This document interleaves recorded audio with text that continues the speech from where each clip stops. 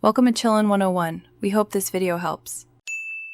You begin by collecting proof that proves ownership.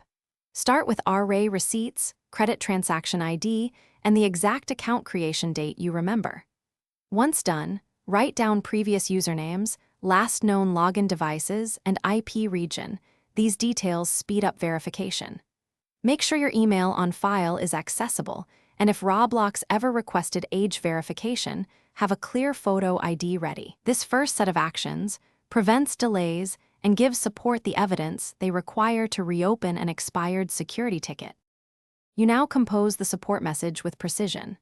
Select the account issue type for hacks or locked accounts, then paste a concise chronological history, creation date, last logins, device list, and exact times of suspicious activity.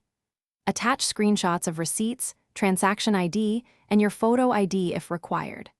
Crucially, quote the expired ticket ID and explicitly ask for that ticket to be reopened or escalated to account security. Being structured and factual minimizes back and forth and moves your request toward manual review. You finish by monitoring replies and acting fast on follow-up requests. Check your support email daily. When Roblox asks for a clarifying detail, reply promptly with exact dates or new attachments. If you receive no response within 72 hours, send a single concise follow-up referencing the expired ticket ID and your proof list.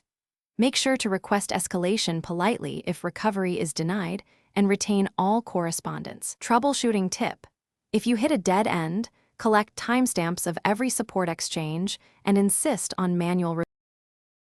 Thanks for watching. Consider subscribing if we helped you.